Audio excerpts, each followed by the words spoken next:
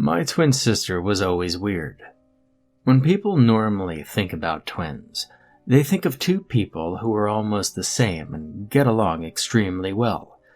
But that can't be farther away from the truth. Aside from looks, my sister and I never had anything in common. I was always an extrovert while she was always quiet. I loved the noise while she enjoyed the silence. I always loved to spend time with people, make plans, and go outside while she preferred to stay inside all the time. She didn't even talk to our parents that much, and most of the time she would lock herself in her room. My sister and I are identical, so our looks are pretty much the same. We're both tall, thin, have black straight hair, hazel eyes, and thin lips. If both of us wore the same clothing and took a picture, nobody would be able to tell us apart. Luckily, we always dress differently and have opposite styles. I love using crop tops, skirts, and shorts. I love having my hair down for people to see how long and healthy it is, and I love using makeup. My sister, on the other hand, always wears clothes so baggy to the point that if you look at her from behind, well, she looks like a guy. She normally ties her hair in a low ponytail, and she barely wears any makeup. But fashion sense is not our only difference. She's always serious, and I always smile and laugh. As you might be able to tell, I'm also the one with the most friends. Now I know that she could be shy and have a different style and still have friends. Lots of kids at school are different, but they have their own crew. But my sister doesn't have a crew. So, where's all of this going? You might think I'm just simply babbling about my sister and, well, that I have nothing important to say, but that's simply not the case. I'm talking about this because a few weeks ago, I thought my sister was supplanting me. It all started one Friday. I couldn't go to school because I hurt my ankle during my dance lessons the previous day. I stayed at home relaxing, and I remember thinking how weird it was that none of my friends or nobody at all messaged me. By the time the afternoon came, I couldn't help but be bothered by the fact that nobody seemed to miss me, and so I decided to message Asher, the guy who I'd been talking to for a while. I sent him a simple message. "Have you missed me?" To what he replied, "Lol. You're funny, babe. It really hasn't been that long. But yeah, don't worry, we'll see each other again very soon."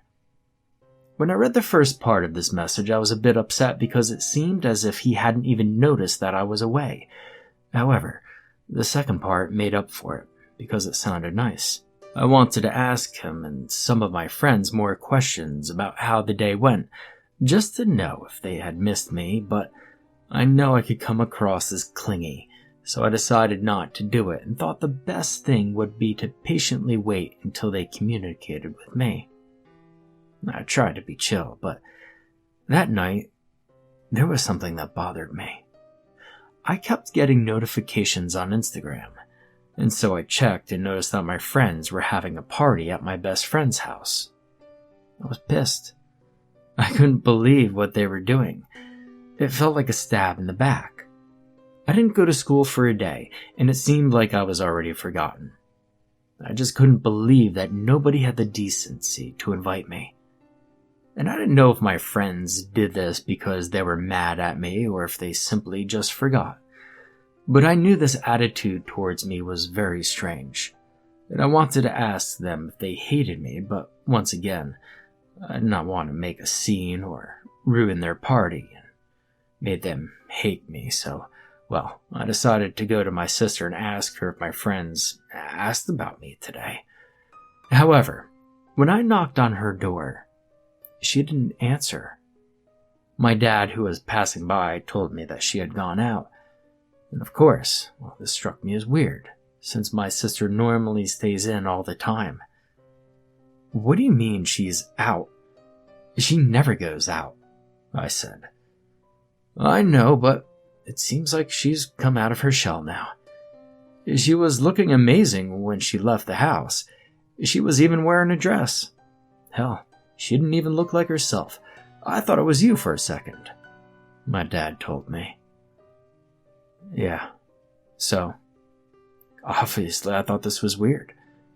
But now I was too busy worrying about my social life, so I had no time to worry about my sisters as well. In fact, it just made me feel jealous. Sleeping that night was difficult, and so I spent hours in the living room watching TV, trying to forget about everything by distracting myself. About 1 a.m, my sister came back home. Dad was right, because when I saw her, well, hell, I barely recognized her. She was wearing a short black dress and had her hair down. I tried to speak to her, but once she saw me in the living room, she just ran back to her room. I had no idea why she was acting all out of place, but, well, avoiding people is something she often did.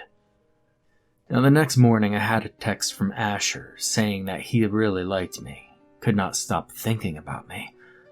I was excited when I read it. However, the happiness didn't last long.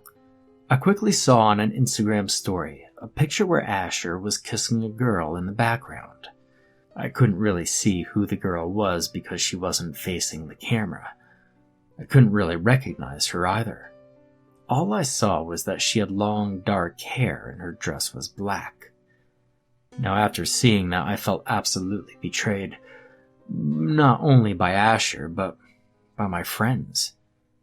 I had a couple of other texts from Asher and from another friend that day, but decided to ignore them. I kept trying to think of who could have been the person in the pictures, but I just didn't know. On Monday, I didn't feel good enough to go to school, but this time not because of my ankle, but because of my mood. And so I told my parents that I was still in pain and stayed home. Things were weird because even though on Saturday and Sunday, I did have messages from Asher and from my friends, by Monday, nobody contacted me. I started to get even more frustrated since I didn't even know if my friends were playing with me. That afternoon, I waited impatiently for my sister to come back from school so that I could ask her about how things were. She eventually arrived about an hour later from the time she normally gets home, and as soon as she got in, I stopped her before she went to her room, and I asked her about my friends. She seemed absolutely nervous and was avoiding eye contact with me. When I asked her if my friends had, maybe asked how I was, she answered back by saying, how could she have known what they had said if she never talked to them? But she sounded so defensive while saying it. And as I looked at her, I noticed something particular. She was dressed like always, but her face looked different. She looked as if she had been wearing makeup before and forgot to take it off completely. That surprised me a lot, but what really surprised me even more is that when I asked her if she'd been wearing makeup, she freaked out and ran to her room. On Tuesday, I decided to go to school and wanted to confront people about what was going on. When I arrived, everybody acted normal. My friends came to say hi, and then Asher came to me and kissed me on the mouth. I couldn't believe what was happening, and why everybody acted so normal. So I couldn't hold it and ask them what was going on. They all acted as if they didn't know what I meant. I confronted them about not inviting me to the party and called Asher out for kissing another girl, and my friends for not telling me. But most of them looked shocked, and some others laughed. That, of course, made me even more frustrated. And so I told them that they were terrible and a lot of other things I probably shouldn't have. Asher answered something that left me blank. Why are you acting like this? Is this some sort of game? You were at the party with us. You were the girl I kissed, he said, laughing while everybody in the background laughed as well. What do you mean? I haven't even been to school in days, I screamed at him. When I said that, the reaction of my friends intensified. Some of them laughed harder and some others looked creeped out. Rosie, you have been hanging in and out of school with us every day, including Friday and yesterday. Asher said while my friends Suzanne and Courtney grabbed my arm and asked me if I was okay, and if I was talking serious or if I was just joking. I'm talking seriously. I haven't seen you guys in days. I screamed. When I said that, everybody, including my friends, backed up. We've been seeing you, Asher said as he showed me a picture on his phone. It was a picture of him and a girl who looked like me together. As soon as I saw that picture, I had to go home. First, because I was humiliated. Secondly, because I knew exactly what had been happening lately. I knew my sister had been pretending to be me. I went home because I couldn't stand being in school any longer. I knew my sister wouldn't be home yet. That would be perfect because it was a perfect opportunity to check her room. Now I know it sounds crazy that nobody ever entered her room, but she was always very strange about it and refused to let us in. I had no idea what to expect, but what I saw was even more disturbing than what I had imagined. Behind her door, she had a collage of many pictures taken through the years. Most of them were family pictures. And in every single picture where I appeared, she had cut my face off the pictures. I understand that we were never really close, but I didn't think she hated me that much. I just simply thought she didn't care about me. I decided to dig around more to see what I could find and eventually came across a diary. The diary talked about her feelings rather than a recap of her day. And thanks to it, I confirmed that she didn't like me that much. She said that she hated the fact she had a twin sister, someone who looked just like her, yet was so different and stole all the attention from family, friends, and boys. She said she constantly lived under my shadow and that she was done with it. When I read this, I knew she had been pretending to be me, and that everything was some sort of sick plan to make me lose my friends and the guy I liked. As I was in the room, I heard a ping that came from her laptop. Thankfully, I managed to see the notification. So, how's your plan going? Nobody at school noticed already. Does your sister know? The person asked her. I couldn't recognize who the person talking to her was because she didn't use her real name. She was simply called the other one. For me, all these things I found were enough to know what was happening, so I decided to wait so that I could confront her. Eventually, my sister came home that afternoon. I immediately told her I knew what she was up to because I had been in her room and found the evidence of what she was doing. She then grew furious and started yelling at me for entering her room and invading her privacy. But I called her out, asking her why did she hate me and why she was trying to ruin my life. She pretended she didn't know what I was talking about, and so I explained it to her. But once I did, she started to laugh. Are you crazy? I'm not doing anything to you. You're the one fucking things up. Stop trying to make everything about you, she screamed as she pushed me.